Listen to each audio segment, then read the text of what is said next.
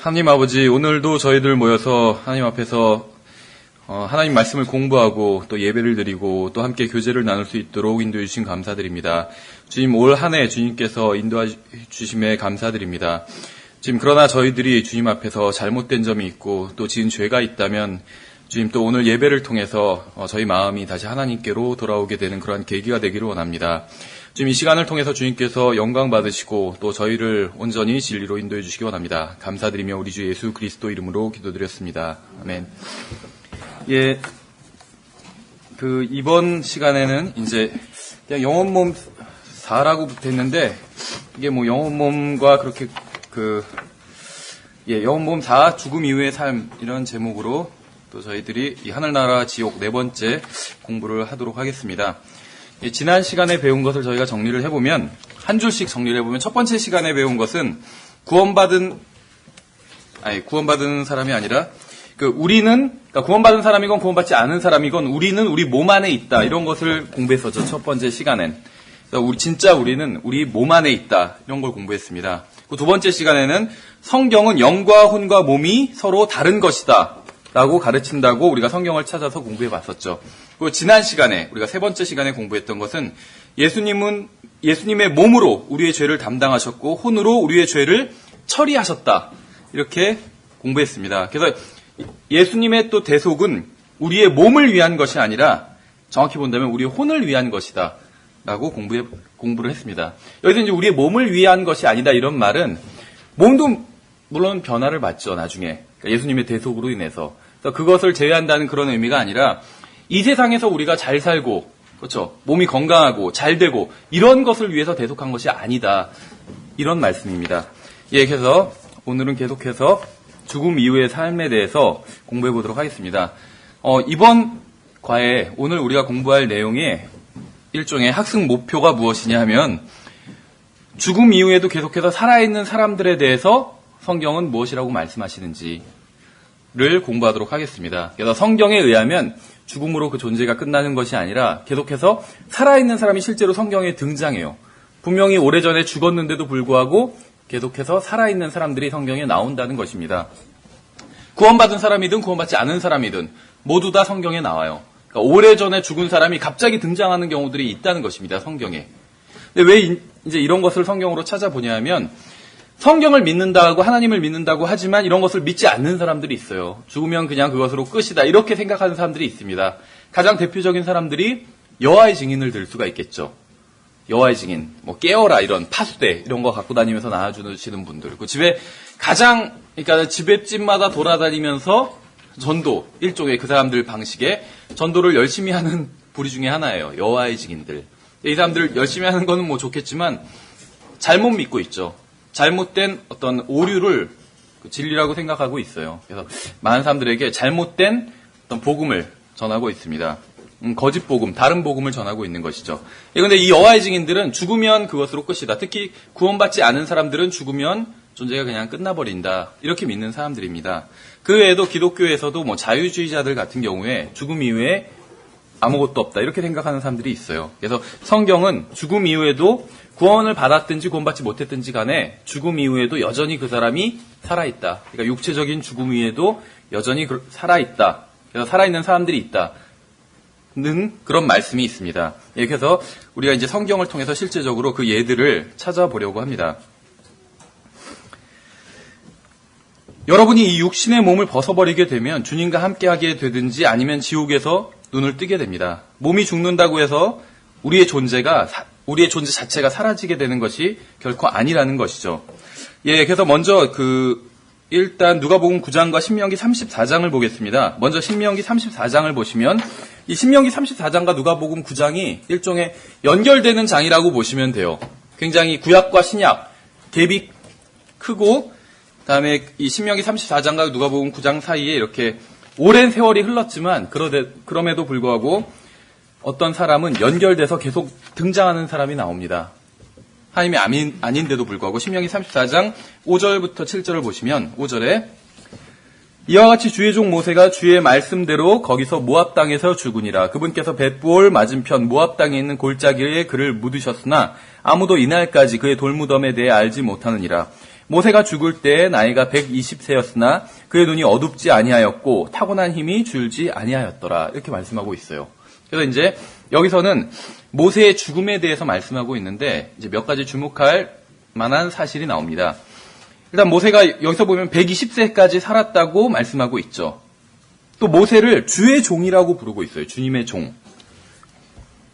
성경에서 모세를 보면 모세가 나쁜 사람이 아니에요. 그렇죠. 특히 이스라엘 사람들에게 있어서는 아브라함과 더불어서 어떤 의미에서는 가장 큰 사람 중에 한 사람입니다. 아브라함은 어떤 이제 혈통적으로 유대인들의 조상이죠. 그래서 가장 큰 사람이라고 볼 수가 있고, 모세는 어떤 율법과 그 다음에 어떤 이스라엘을 어떤 국가적인 체계라고까지 하기는 힘들지 몰라도 어떤 국가적인 근간을 놓은 그런 사람이라고 볼 수가 있겠죠. 그래서 유대인들에게 있어서 모세가 굉장히 큰 사람이에요. 그래서 모세의 율법에 이르기를 이런 식으로 예수님이 어떤 말씀을 하시면 바리새인들이 막 반박하고 그랬죠. 그만큼 모세가 권위 있는 사람입니다. 유대인들에겐. 그런데 그래서 성경에서 모세를 또 주의 종이라고 부르고 있어요. 그래서 모세는 훌륭한 사람이겠죠. 당연히. 그런데 여기 성경에서 보시는 대로 모세가 죽었다고 말씀하고 있어요. 그러니까 모세가 죽은 이유가 반역적인 삶을 살았기 때문에 죽은 것은 아니에요. 그렇죠. 모세가 어떤 죄를 져서 가나안 땅을 보지 못한 것은 사실입니다. 근데 모세가 죄를 졌기 때문에 하나님께서 죽이신 것은 아니라는 것이에요. 지금 이 시점에서. 그렇죠. 또 아니면 모세가 무슨 사악한 사람이었기 때문에 죽은 것도 아니었습니다. 모세가 하나님을 제대로 섬기지 못했기 때문에 죽은 것도 아니었어요. 분명히 성경에서는 모세가 죽는 시점에 모세를 주님의 종이라고 표현하고 있어요.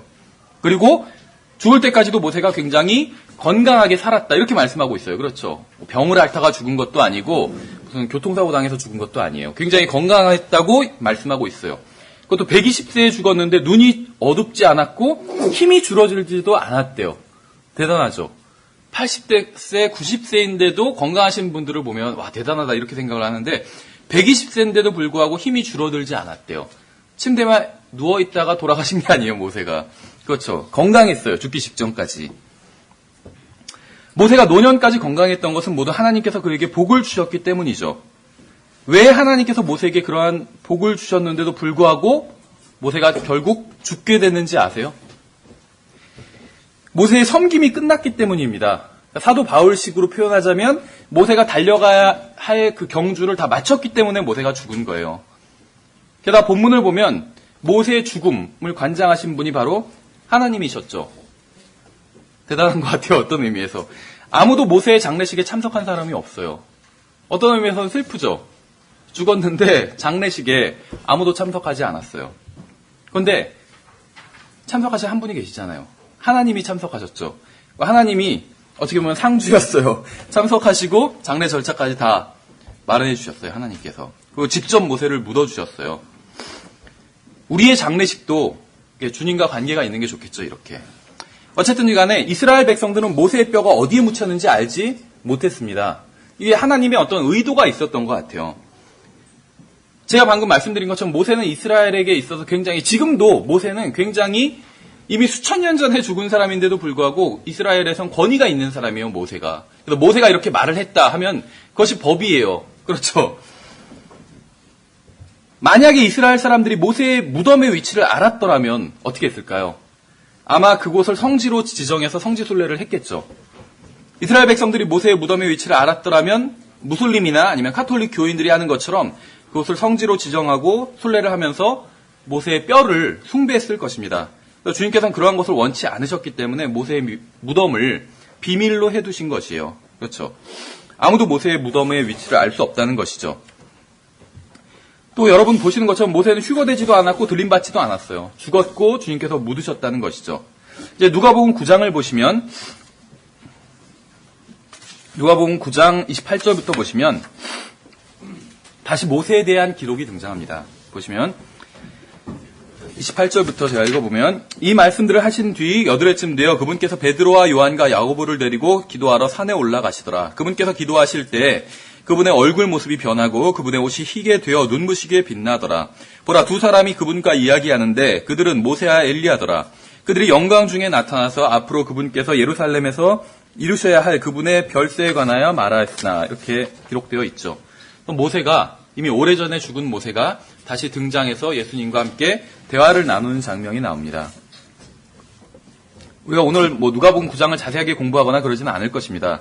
그러니까 우리가 의도하는 것은 이미 오래전에 죽어서 묻힌 사람의 존재가 사라진 것이 아니라 계속 살아있다는 사실을 성경을 통해서 확인했다는 것이죠. 모세는 이미 오래전에 죽었어요. 그런데도 불구하고 모세는 존재가 사라진 것이 아니라 여전히 살아있는 것이죠. 그래서 주님과 함께 대화를 나누고 있는 것이에요. 모세는 누가복음 9장에 나오기 이미 1000년도 더 전에 죽었습니다. 그러나 그는 지금 엘리야와 함께 변화산에 나타나서 예수님과 대화를 나누고 있어요. 이것을 통해서 알 수 있는 사실은 모세는 육신의 죽음으로 그 존재가 끝난 것이 결코 아니라는 사실이죠. 그러니까 장례식으로 모세의 존재가 사라진 것이 아니라는 것입니다. 혼은 육신의 몸을 떠난 이후에도 여전히 살아있다는 것이에요. 모세가 다시 몸을 입고 나타난 것은 아니죠. 모세의 혼이 나타난 것이에요. 그래서 육신으로 이 땅에 오신 예수님과 대화를 나눈 것이죠. 이제 누가복음 16장을 보겠습니다. 16장에 보시면 여러분들 잘 아시는 나사로와 부자의 이야기가 기록되어 있어요. 사실, 이야기죠. 사건. 16장 19절부터 보시면 25절까지 제가 쭉 읽어보겠습니다. 잘 아시는 부분이에요. 어떤 부자가 있었는데 그는 자주색 옷과 고운 아마포 옷을 입고 날마다 호화롭게 지내더라. 또 나사로라 하는 어떤 거지가 있었는데 그는 헌대투성이로 부자의 대문에 누워 부자의 상에서 떨어지는 부스러기로 배를 채우려 하더라. 또한 개들이 와서 그의 헌대를 핥더라. 그 거지가 죽어 천사들에 의해 아브라함의 품으로 옮겨지고 그 부자도 죽어 묻히게 되었더라.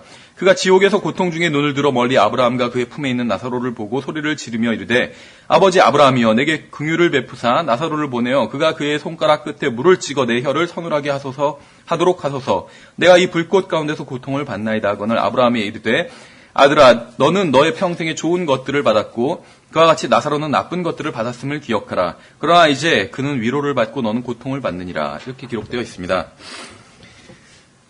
우리가 이번 시간에 뭐 지옥이나 아니면 아브라함의 품에 대한 이런 이야기를 하려는 것은 아닙니다. 우리가 보려고 하는 것은 본문에 나온 세 사람이에요. 본문에 지금 제가 읽은 이 본문에 세 사람이 나와 있죠. 이 사람들은 모두 오래전에 죽었지만 대화를 나누고 있고 감정을 가지고 있고 무엇인가를 느끼고 있습니다. 그들은 여전히 생각 있고 원하는 것이 있어요. 이들은 모두 육신적으로는 오래전에 죽은 사람들입니다. 아브라함은 성경의 첫 번째 책인 창세기 중간 부분에서 죽어요. 중간부분에 나왔다가 죽게 됩니다. 그러나 아브라함은 수천 년이 지나고 나서도 여전히 살아서 지옥에 있는 부자와 대화를 나누고 있는 것이에요. 그렇죠. 아브라함이 죽은 지는 이미 수천 년이 지났고 그의 몸은 완전히 분해되어 이미 흙으로 돌아간 시점이에요. 지금 누가복음의 시점이. 그런데도 불구하고 나와서 대화를 나누고 있죠. 부자와. 우리는 본문에 나오는 나사로도 주목해 볼 필요가 있어요. 이 사람은 성경에 지금 이 누가복음엔 나오지 않았지만 믿음 안에서 죽은 사람입니다. 성경 우리가 다른 곳에 있는 말씀을 본다면 믿음 안에서 죽은 사람이라는 것을 알 수가 있어요. 그래서 죽었고 또 천사가 그를 낙원에 데리고 갔어요. 모세처럼 주님께서 그를 직접 묻어주신 것은 아니지만 그의 장례식에 천사가 참석했던 것은 분명하죠. 그래서 데리고 갔잖아요. 낙원으로. 나사로가 죽었을 때 천사가 찾아와서 그의 혼을 아브라함의 품인 낙원으로 데리고 갔어요. 나사로는 죽을 때까지 가난을 면치 못했던 사람이었죠. 그는 죽을 때까지 집도 없었어요. 그는 더러운 옷을 입은 채 죽었을 것입니다. 또 이 나사로에 대한 기록을 보면 쓰레기통을 뒤지며 배를 채우던 사람이었어요. 나사로는. 그러나 그는 죽은 후에 낙원에 갔죠. 한번 생각해 보세요. 저희가 이제 지난 시간에 배운 것을 말씀드리면서 예수님의 대속이 우리의 몸을 위한 것은 아니었다 이렇게 말씀을 드렸죠. 그러니까 이 세상에서의 우리의 몸을 위한 것은 아니었다 이렇게 말씀을 드렸어요. 예수님의 대속이. 그렇죠. 기독교계에서 우리나라에도 그런 분들이 있어요. 기독교계에서는 가난한 사람은 하나님과의 관계에 문제가 있다고 생각하는 사람들이 있어요. 어떤 사람이 가난하다는 것은 그 사람이 하나님과 그 사람의 관계에 문제가 있다. 이렇게 가르치는 교회가 있어요. 우리나라에서 제일 큰 교회도 그렇게 가르쳐요.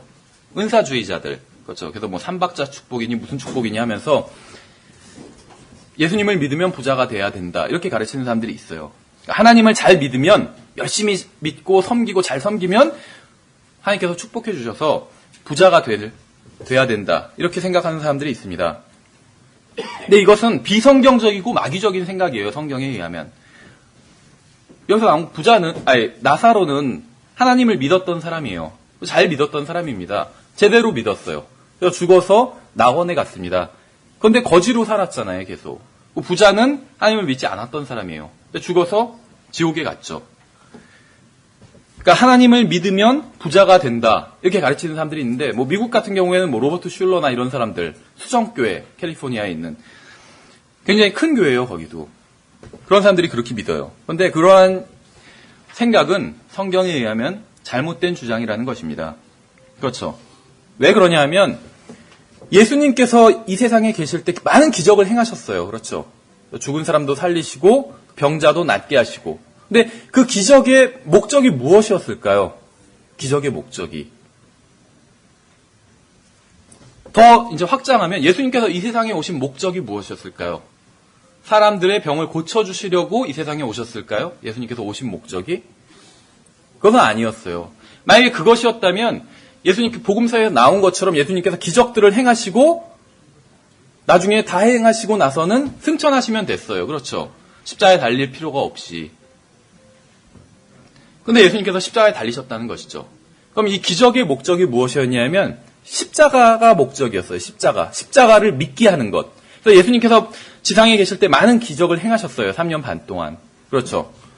병자도 살리시고 고치시고 죽은 자도 살리시고 또 많은 기적을 행하셨어요. 근데 이러한 기적을 행한 이유가 나중에 자신이 십자가에 달렸을 때 그것을 믿게 하기 위해서 기적을 행하신 것이요. 그래서 기적이 다른 말로 하면 표적이거든요. 표적. 사인. 표적이에요. 그러니까 무엇을 위한 사인이냐면 사인이라는 것은 신호잖아요. 신호를 주는 거예요. 무엇을 위한 신호냐 하면 바로 자신이 십자가에 달렸을 때 자신을 믿게 하기 위함이었어요. 왜냐하면 예수님께서 고쳐주신 사람도 다시 죽었어요. 그렇죠. 그러니까 병에 걸리고 다시 그 후에 예수님께서 병을 고쳐주신 사람이 다시는 병에 안 걸렸다. 이런 기록은 성경에 없거든요. 병에 걸렸을 수도 있어요. 예수님께서 고쳐주신 사람들도 다 죽었어요. 그렇죠. 예수님께서 살리신 사람이 지금까지 계속 살아서 있지 않았어요. 그 후엔 죽었다는 것이죠. 그러니까 예수님이 병을 고쳐주시고 죽은 사람을 살리신 그 목적이 그 사람이 이 세상에서 몸을 행복하게 건강하게 잘 살게 하기 위해서가 아니었다는 것이에요. 나중에 예수님이 십자가에 달리셨을 때 그것을 믿게 하기 위해서 그런 기적들을 행하셨다는 것이죠. 그렇죠. 마찬가지예요. 우리가 구원받았다고 해서 하나님께서 의도하신 것이 우리가 구원받은 사람들이 이 세상에서 잘 살고 좋은 대학에 가고 좋은 직장에 취직하고 그런 것이 잘못됐다는 것이 아니에요. 근데 그렇게 하는 것이 하나님의 의도는 전혀 아니라는 것입니다. 그렇죠. 근데 우리나라나 특히 미국 같은 데서 이러한 것을 가르치는 분들이 많이 있다고 그래요. 미국에서도 많이 있어요. 하나님을 믿는 사람들은 이 세상에서 그야말로 만사가 형통하고 몸도 건강하게 잘 산다. 이렇게 가르치는 사람들이 우리나라에만 있는 것이 아니라 미국에도 많이 있어요. 그래서 그렇게 안 된 사람들을 막 정죄해요. 지금 믿음이 부족한 거다. 아니면 정성이 부족한 거다. 이런 식으로 정죄하고 막 쥐어짜내요. 그래서 그 사람이 더 어떤 열심을 내게 하고 그다음에 교회에 더 어떤 헌금을 바치게 하고 이런 걸 유도하기 위해서 정죄하고 쥐어짜내는 것이에요. 그런데 그런 것은 성경의 진리가 아니라는 것입니다. 왜냐하면 미국이나 우리나라도 지금 굉장히 많이 발전했잖아요. 전 세계 뭐 200개 이상의 국가 중에서 몇인가요? 뭐 11위, 12위 경제적으로 거의 10위권 가까이 그렇게 들었잖아요. 그 미국은 거의 그야말로 최고 수준의 어떤 경제적인 부를 자랑하고 있고. 그래서 잘 사는 나라예요. 우리나라는 미국 같은 경우에. 그렇죠. 그래서 이런 잘 사는 나라에선 이런 주장이 어느 정도 통해요. 사람들에게. 그렇죠. 통해요. 어느 정도. 하나님을 믿으면 이 세상에서 잘 살게 된다. 이런 주장이 어느 정도 통한다는 것이에요. 잘 사는 나라들에선. 왜냐하면 믿는 사람들 중에서도 잘 사는 사람들이 있거든요. 그래서 그런 사람들을 보이면서 그런 간증집도 있어요. 뭐 11조를 철저히 한 록펠러 해가지고 록펠러가 성공한 이유가 11조를 철저히 했기 때문에 성공한 거다. 그러니까 여러분들도 11조를 철저히 하고 록펠러 이상으로 더 열심히 하면 그 이상 더 잘 될 수 있다. 이런 책이 있어요. 그래서 기독교 서점에서 베스트셀러예요. 그러니까 그런 주장이 우리나라나 미국 같은 나라에선 통한다는 거죠. 그런데 그러한 주장이 몽고나 아니면 아프리카 오지나 아니면 중국 오지나 이런 데서도 통할까요? 중국 오지 가보신 적 있으세요? 못 살아요, 사람들이. 저도 가본 적은 없지만 사진을 보면 굉장히 못 살더라고요. 우리나라 뭐 60년대 같아요, 꼭. 중국 오지 지금 사진을 보니까 어떤 선교사가 찍은 사진을 보니까 우리나라 60년대 같아요. 굉장히 못 산다는 거죠.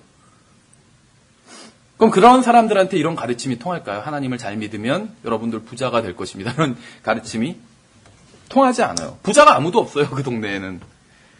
아프리카 오지 같은 데도 마찬가지겠죠.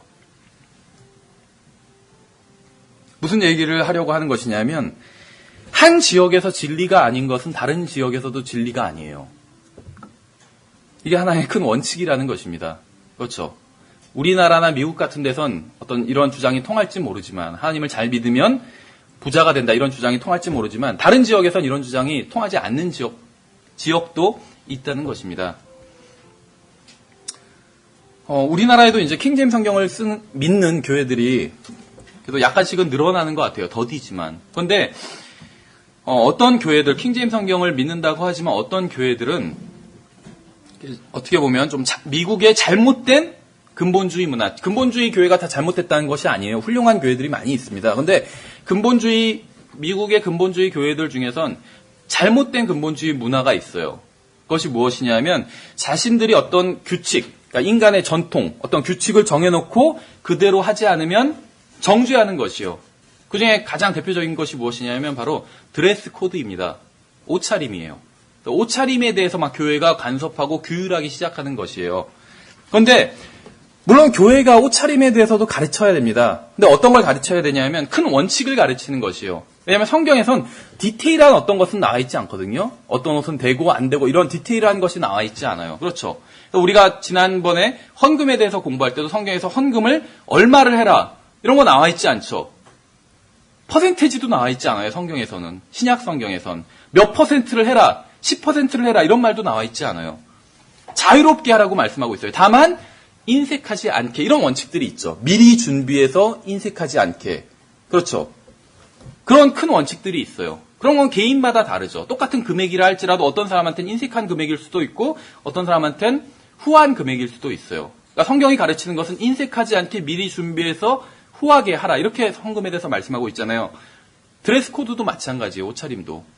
어떤 옷을 입어서는 안 되고 되고 이런 것을 가르치고 있지는 않다는 것입니다. 다만 남자가 여자에게 속한 옷을 입지 말고 여자도 남자 옷을 입지 말고 이런 것은 가르치고 있어요. 그렇죠. 그리고 단정하게 이런 표현도 나와요. 성경에서. 단정하게 입으라고. 근데 그 이상을 가르치고 있지는 않아요. 왜 이런 말씀을 드리냐면 어떤 교회들에선 남자는 무조건 정장을 입어야 되고 넥타이를 메고 와야 된다 이렇게 가르치는 교회가 있어요. 그런데 제가 최근에 본 어떤 사진을 보니까 중국 내지 선교회 소속 선교사가 찍은 사진이에요. 그러니까 OMF 선교사가 찍은 사진인데 굉장히 오지예요. 여긴 정말. 그래서 이 교회에 오는데 성도들 중에 대다수가 1박 2일이 걸려요. 교회에 오는 데까지. 저도 1시간 반 걸려서 교회 오는데 멀다고 생각하는데 여기는 1박 2일로 교회를 와요. 그래서 토요일에 출발을 해요. 일요일 예배를 드리러. 그 정도로 멀어요. 그래서 경운기 타고 가다가 더 이상 경운기가 들어갈 수가 없어요. 그래서 이제 걸어서 교회에 와요. 굉장히 멀어요, 교회가. 근데 그래도 1박 2일 걸려서 그 교회로 오는데 그게 가장 가까운 교회예요. 그래서 거길 와요.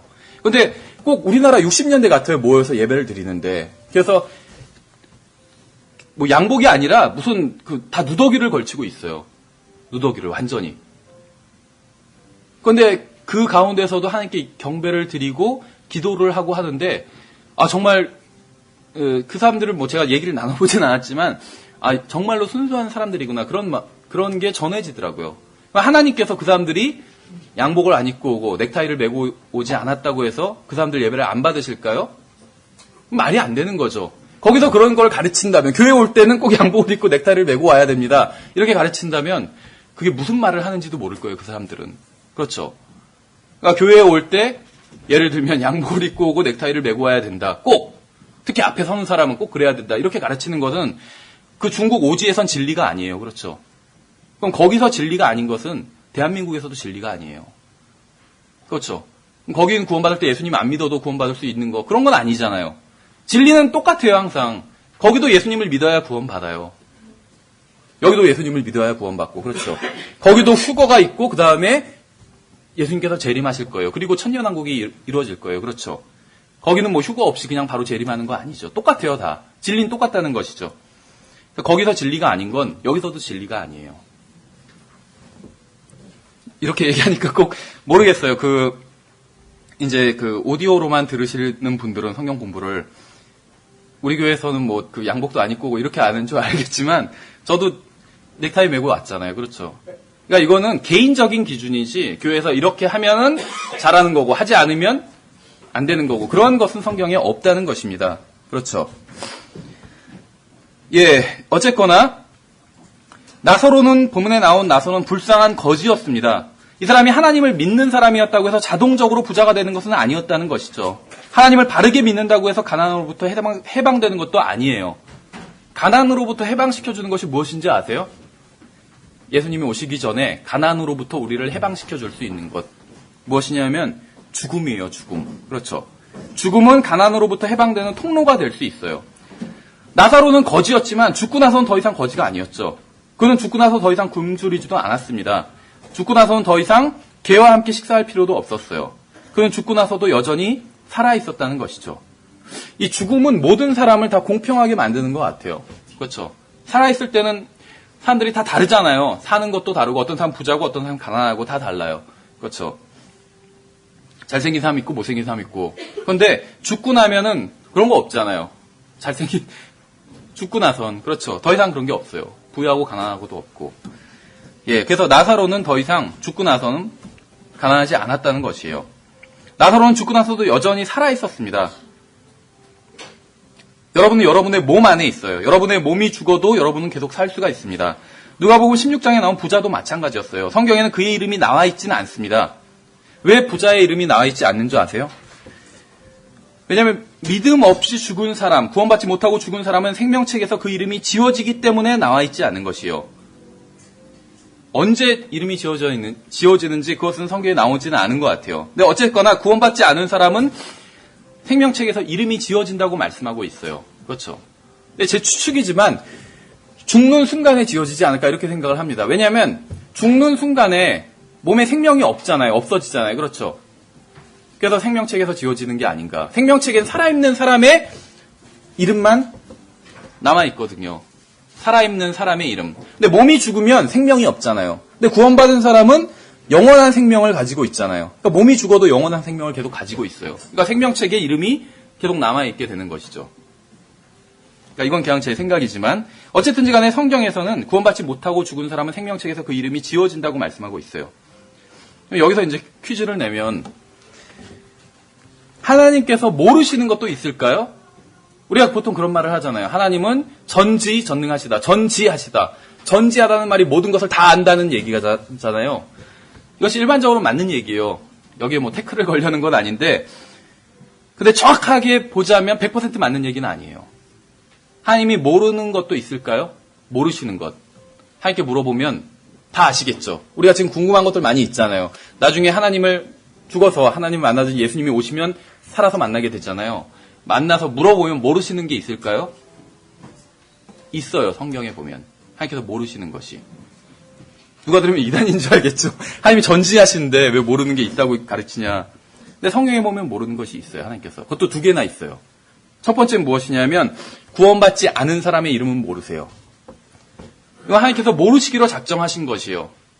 그래서 구원받지 않은 사람들이 아무리 자기들을 하늘나라에 들여보내달라고 해도 하나님께서 나는 너희를 전혀 알지 못하노니 불법을 행한 자들아 마귀와 그의 천사들을 위해 준비한 영원한 불 속으로 들어가라. 그렇게 말씀하셨잖아요. 분명히 하나님께서 나는 너희를 알지 못한다고 말씀하셨죠. 아는데도 거짓말 하신 것일까요? 그건 아니에요. 성경에서 분명히 하나님께서는 거짓말 하실 수 없다고 말씀하고 있어요. 그렇죠. 하나님께서 나는 너희를 전혀 알지 못하노니 이렇게 말씀하신 것은 거짓말이 아니에요. 하나님은 진짜 모르시기 때문에 그렇게 정직하게 말씀하신 것이거든요. 나는 너희를 모른다고. 구원받지 않은 사람들한테 그런 것이요. 왜냐하면 생명책에서 그 사람의 이름을 지워졌기 때문에 생명책을 뒤져봐도 누군지 나오지가 않아요. 하나님께서는 그 사람을 모르기로 작정하신 것이에요. 그래서 자기가 작정하신 것은 그대로 하시는 거거든요. 그렇죠. 하나님께서 인간의 몸을 입고 33년 반 동안 인간과 똑같은 고통을 당하겠다 이렇게 작정하셨을 땐 하나님인데도 불구하고 고통을 당하셨잖아요. 그렇죠. 마찬가지라는 거예요. 하나님께서 모르기로 작정하신 것은 모르시는 거예요. 하나님께서 모든 것을 다 아시지만 딱 두 가지 모르시는 거예요. 구원받지 않은 사람의 이름은 모르시는 거예요. 그래서 하늘나라에 들여보낼 수가 없는 거죠. 그 사람이 누군지 모르는데, 그렇죠. 출입국관리사무소에서 누군지 모르는 사람을 그냥 들여보내지 않잖아요. 신원이 확실한 사람, 그렇죠. 국적, 다 확실한 사람. 그래서 여권이 신분증이잖아요. 보고 확실한 사람만 들여보내지 누군지도 몰라요. 여권도 없고 아무것도 없는데도 그냥 들어가세요. 불쌍하니까 이렇게 안 하잖아요. 마찬가지라는 거죠. 그리고 또 하나님이 모르시는 게 무엇이 있을까요? 예, 믿는 사람들이 회개한 죄예요. 그렇죠. 다시는 기억도 아니하시리라고 하셨잖아요. 하나님께서 우리의 죄를. 그렇죠. 이것이 하나님과의 우리와의 관계를 계속 유지시켜 줄 수 있는 하나의 어떤 장치랄까? 그런 것 같아요. 생각해 보세요. 우리가 죄를 얼마나 많이 져요. 구원받고 나서도. 근데 죄를 지었다 할지라도 하나님 앞에 나오면 그 죄 문제를 다시 용서받을 수 있다고 그랬잖아요. 그렇죠. 왜냐하면 죄값이 다 치러졌기 때문에, 예수님께서 죄값을 다 치르셨기 때문에 죄를 지은 사람도 언제든지 다시 하나님께 나아가서 용서를 구하면 하나님께서 용서해 주시는 것이요. 왜냐하면 그 죄의 값도 다 치러졌기 때문에. 그렇죠. 그런데 생각해 보세요. 여러분들이 아무리 훌륭하고 마음이 넓은 사람이라 할지라도 여러분한테 100번 잘못한 사람, 100번 사기를 쳤어요. 여러분한테. 근데 그 사람이 101번째 사기를 치고 와서 다시 와가지고 용서해달라고 하면 용서해 주시겠어요? 용서해 준다 해도 마음이 좀 꺼림칙하겠죠. 그리고 못 믿겠죠. 100번이나 나한테 사기를 쳤어요. 못 믿겠죠. 그럼 그 사람을. 하나님도 그러실 거예요. 우리한테. 우리가 죄를 용서받은 게 100번 이상이겠죠. 하나님 앞에서. 그렇죠. 저도 지금 구원받은 지 이제 20년이 넘었거든요. 100번이 뭐예요? 훨씬 더 많이 있어요. 그렇죠. 하나님께서 용서를 그냥 해주실 뿐만 아니라 기억도 안 하시는 거예요. 진짜 성경에 기록된 대로. 그래서 우리가 100번째, 200번째 죄를 짓고 하나님께 나와도 용서를 구했다면 그 이전에 지은 죄들을, 그렇다면 우리가 처음 죄를 짓고 나아간 것과 똑같은 거나 마찬가지라는 것입니다. 그렇죠. 여러분께 처음 죄를 지은 사람이 와서 용서해달라고 하면 용서해 줄 수 있겠죠. 다시 한번 기회를 줄 수는 있잖아요. 처음 죄를 지은 사람이라면. 근데 100번 죄를 지은 사람도 마찬가지란 거예요. 하나님 앞에선. 왜냐하면 성경에서 하나님께서 기억도 아니하시리라고 했기 때문에 우리 죄를. 그래서 진짜 기억이 안 나시는 거예요. 예수님으로 인해서 기억이 안 나시는 거예요. 우리 죄가. 그래서 당당하게 하나님 앞에 나아갈 수 있는 거라니까요. 뻔뻔해 보일진 모르지만 당당하게 나갈 수 있는 거예요. 100번, 200번 죄를 졌다 할지라도 용서를 받았다면 다시 하나님 앞에 나아가서 하나님과 화평한 관계를 누릴 수가 있는 거예요. 교제를 나눌 수가 있다는 것이죠. 예, 어쨌든지 간에 하나님께서는 이 부자의 이름을 모르셨어요. 그래서 그냥 부자라고 적으신 것이에요. 이름 모를 때 그러잖아요. 그렇죠? 잘 기억 안 날 때. 키 큰 사람, 뚱뚱한 사람 이런 식으로 적잖아요. 그냥 부자라고 적으신 것이에요. 그러니까 진짜 부자는 부자였나 봐요. 이 사람이. 이 사람 특징. 이 부자였기 때문에 하나님께서 그냥 부자라고 적으신 것이에요. 부자가 아니었다면 그 나사로와 뚱뚱한 사람 이렇게 적으셨을 텐데 부자였기 때문에 부자라고 적으신 것이요. 근데 이 사람은 하나님께서 이 사람을 모르셨다는 것이죠. 근데 성경에 의하면 이 사람은 아직도 고통받고 있습니다. 지옥에서. 그래서 성경에 의하면 죽어서 지옥에 간 부자는 여전히 살아있어요. 그는 이 세상에 있을 때만큼이나 저 세상에서도 살아있습니다. 차이가 있다면 육신에 속한 몸을 가지고 있지 않았을 뿐이라는 것이죠. 에베소서 2장에 보시면 시간이 없으니까 제가 읽어보겠습니다. 2장 7절 부분에 또 함께 일으키사 그리스도 예수님 안에서 우리를 하늘의 처소들에 함께 앉히셨으니 이것은 그분께서 그리스도 예수님을 통해 우리에게 베푸신 친절 속에 담긴 자신의 은혜의 지극히 풍성함을 다가오는 시대들 속에서 보여주려 하심이라 이렇게 말씀하고 있습니다. 약속하고 계시다는 것이요. 우리가 예수 그리스도를 믿었을 때 하나님께서는 우리를 단순히 지옥으로부터 구원만 해주시는 것이 아니라 다가오는 시대들 속에서 어떤 것을 보여주시겠다고 약속을 하고 계시다는 것이죠. 그래서 우리의 존재가 그냥 끝나버린다면 다가오는 시대들 속에서 보여주겠다는, 무엇인가를 보여주겠다는 주님의 약속이 어떻게 가능하겠어요? 그렇죠. 주님께서는 지금 우리들에게 다가오는 시대들 속에서, 이게 언제인지 정확히는 모르겠어요. 근데 어쨌든지 간에 천여왕국과 또 그 이후에 영원이겠죠. 이때 무엇인가를 보여주시겠다고 지금 약속해 주신 것이에요. 놀랍지 않으세요? 어떤 사람들은 그래요. 하늘나라 생각하면 죄가 없는 곳이잖아요. 그러니까는 죄하면 어떤 생각이 드세요? 사람마다 다른 것 같아요. 근데 죄하면 보통 사람들이 좀 재밌는 거 이런 생각을 하는 것 같아요. 재밌는 거, 그렇죠. 금기된 것이고 재밌는 거. 근데 하늘나라는 죄가 없잖아요.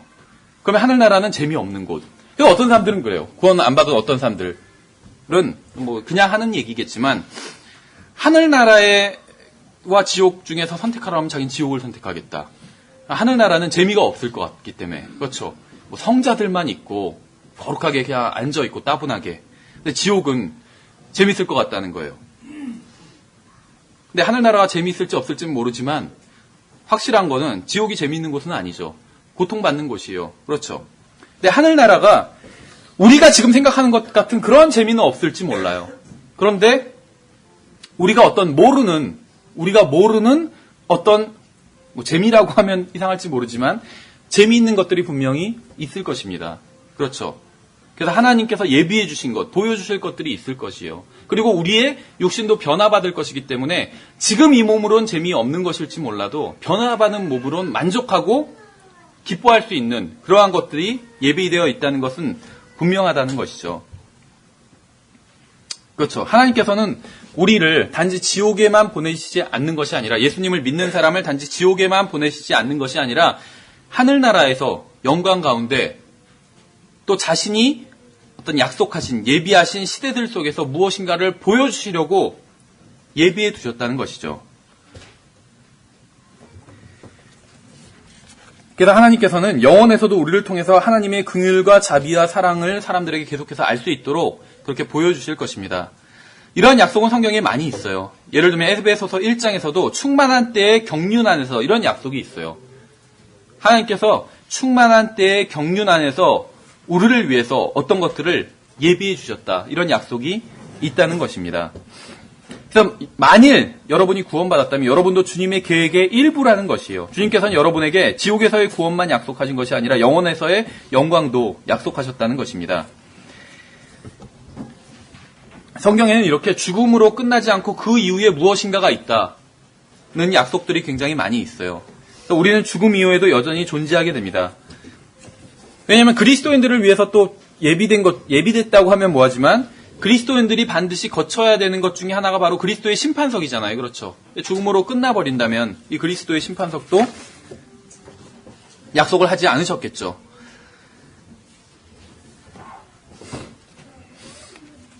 계시록에 보시면은 목배인 자들의 혼들이란 표현이 나옵니다. 계시록 20장 1절부터 4절에 보시면은 죽은 사람들에 대한 묘사가 나와요. 이 사람들은 이미 오래전에 죽어서 몸은 없어진 사람들인데 하나님 앞에서 이 사람들의 혼들이 등장하는 장면이 나옵니다. 그리고 이 사람들이 살아서 그리스도와 함께 1000년 동안 통치한다고 이렇게 말씀하고 있어요. 계시록 20장 4절에서. 계시록 20장에 보시면은 11절에 보시면 또 내가 크고 흰 왕자 그 위에 앉으신 분을 보니 땅과 하늘이 그분의 얼굴을 피하여 물러가고 그것들의 자리가 보이지 아니하더라. 또 내가 보매 죽은 자들이 작은 자나 큰 자나 할 것 없이 하나님 앞에 서 있는데 책들이 펴져 있고 또 다른 책이 펴져 있었으니 곧 생명책이라. 죽은 자들이 자기 행위들에 따라 책들에 기록된 것들에 근거하여 심판을 받았더라. 이렇게 말씀하고 있습니다. 그래서 죽은 자들이 하나님 앞에 서 있다. 이런 말씀이 나온다는 것이죠. 이 사람들은 죽은 지 오래되었지만 그 존재가 없어지지 않고 여전히 살아서 하나님 앞에 서 있는 사람들이요. 이 사람들이 누구인지 아세요? 이들은 천년왕국 시대에 죽은 사람들과 그 이전에 죽은 구원받지 못한 사람들입니다. 지금 계시록 20장 11절 12절에 나온 사람들은 여기서 말씀하고 있는 이 죽은 사람들, 하나님 앞에서 서 있는 이 사람들은 천년왕국 시대에 죽은 사람들이에요. 또 그 이전에 죽은 사람들입니다. 또 대환란 때에 죽은 사람들이에요. 오늘 죽은 사람들도 포함이 돼요. 이 계시록 20장 11절 12절에 나온 사람들은 오늘 죽은 사람들도 있을 거예요. 분명히. 이 중에는. 또 2차 대전 때 죽은 사람들도 있을 거예요. 이들 중에 누가 있는지 아세요? 가장 오래된 사람. 가인이 있을 거예요. 가인. 지금 계시록 20장 11절부터 12절 사이에는 구원받지 못하고 죽은 모든 사람들이 구원받지 못하고 죽은 모든 사람들에 대한 묘사라고 보시면 됩니다. 계시록 20장 11절 12절이. 가인도 있어요. 그래서 가인은 지금 죽은 지 7000년이나 되었지만 거의 7000년 가깝게 되었죠. 근데 여전히 그 존재가 없어지지 않고 하나님 앞에 서게 되는 것이에요. 계시록 20장 11절 12절에서. 또 노아 홍수 때 죽은 사람들도 서 있게 되는 것이죠. 이 사람들도 6000년이나 되었어요. 죽은 지. 그런데 하나님 앞에 서 있는다는 것이죠. 지금 계시록 20장 11절 12절에서. 그렇기 때문에 우리는 사람들에게 복음을 전해야 되는 것이죠. 사람이 죽으면 그 존재가 그냥 사라져서 없어져 버리는 것이 아니라 계속해서 있기 때문에 몸은 흙으로 돌아가서 없어져 버리지만 그 사람의 혼은 없어지는 것이 아니기 때문에 그렇죠. 죽어도 이렇게 계시록 20장에 기록되어 있는 것처럼 여전히 하나님 앞에서 서 있는 것이죠. 없어진 것이 아니에요. 계시록 20장 13절에 보시면 바다가 자기 속에 있던 죽은 자들을 내주고 또 사망과 지옥도 자기 속에 있던 죽은 자들을 넘겨주매 그들이 각각 자기 행위들에 따라 심판을 받았고 사망과 지옥도 불호수에 던져졌더라. 이것이 둘째 사망이라. 누구든지 생명책에 기록된 것으로 드러나지 않은 자는 불호수에 던져졌더라. 이렇게 말씀하고 있어요. 성경에 의하면 매우 분명한 한 가지 사실이 있습니다. 우리의 몸은 우리가 이 세상에 사는 동안 우리의 혼이 거하는 집으로 만들어졌다는 사실이죠. 여러분의 혼은 하나님께서 직접 만드신 것으로 영원히 존재하는 것입니다. 여러분의 혼은 일시적인 집인 여러분의 몸을 벗어나면 주인과 함께 거하기 위해서 하늘나라로 가든지 아니면 마귀와 짐승과 거짓 대언자들과 함께 고통받게 하기 위해서 불못으로 던져지게 됩니다. 이것은 모두 여러분이 예수 그리스도와 어떤 관계를 맺었느냐에 따라 달라지는 문제인 것이에요. 성경이 사실이라면 여러분은 영원한 혼을 가지고 있어요. 여러분이 어느 나라 사람이든 얼마나 많은 돈을 벌든 얼마나 많은 것을 소유하고 있든 얼마나 깨끗한 사람이든 부유하든 가난하든 상관없이 하나님의 아들이신 예수 그리스도를 믿으면 하늘나라에 갈 수 있어요. 이 세상에 이것보다 더 중요한 문제는 없는 것이죠. 이 세상은 여러분의 몸에 대해서만 관심을 갖게 합니다. 온통 자신의 몸이나 다른 사람의 몸에 대해서만 생각하게 해요. 그러나 성경은 여러분의 혼에 대해서 생각하게 합니다. 그래서 야고보서 1장에서는 그러므로 모든 더러움과 넘치는 악을 내버리고 접붙여진 말씀 곧 능히 너희 혼을 구원할 수 있는 말씀을 온유함으로 받으라 이렇게 말씀하고 있어요. 하나님께서는 여러분의 혼을 생각하시며 또 염려하고 계십니다. 그래서 여러분의 혼이 구원받을 수 있는 말씀을 주신 것이에요. 죽음 이외에도 삶이 있습니다. 우리는 모세를 통해서도 이러한 사실을 확인했어요. 그렇죠. 모세가 이미 수천 년 전에 죽었지만 그 후에 다시 나타나서 예수님과 대화를 나누고 있는 장면이 나오잖아요. 누가복음 16장의 부자를 통해서도 확인했어요. 또 나사로를 통해서도 확인을 했죠. 거듭난 사람들에게 하신 약속을 통해서도 확인했습니다. 또 대환란 때에 순교한 사람들을 통해서도 확인했어요. 이 사람들도 하나님 앞에 살아있고 그리스도와 함께 천년간 통치한다고 약속하고 있잖아요. 또 큰이나 왕자 앞에 서게 될 사람들을 통해서도 확인했습니다. 계시록 20장에서 그렇죠. 그러니까 성경은 분명하게 죽으면 그것으로 끝난 것이 아니라 구원받았든 구원받았지 못했든 간에 여전히 살아있다고 그렇게 말씀하고 있다는 것이요. 그렇게 안 믿는 사람들은 있지만 이 세상에 성경을 믿는다고 하면서도 이러한 사실을 믿지 않는 사람들이 있어요. 그럼에도 불구하고 성경에는 분명히 죽음으로 끝이 아니라는 것이 분명하게 기록되어 있고 그러한 사람들의 예들이 계속해서 이렇게 반복적으로 등장한다는 것입니다. 여러분은 영원한 존재입니다. 여러분은 영원히 살게 될 것이요. 여러분이 구원받았다면 이것은 놀랍고 매우 기쁜 사실인 것이죠. 그러나 여러분이 구원받지 못했다면 두렵고 떨리는 사실입니다. 하나님께서는 성경을 통해서 구원의 길을 알려주셨어요. 이것을 받아들이는 것은 쉬운 일일 뿐만이 아니라 현명한 일입니다. 하나님의 말씀을 마음으로 믿고 아직 구원받지 못한 분이 계시다면 구원을 받으시기 바랍니다. 다음 시간에 계속해서 공부하도록 하겠습니다.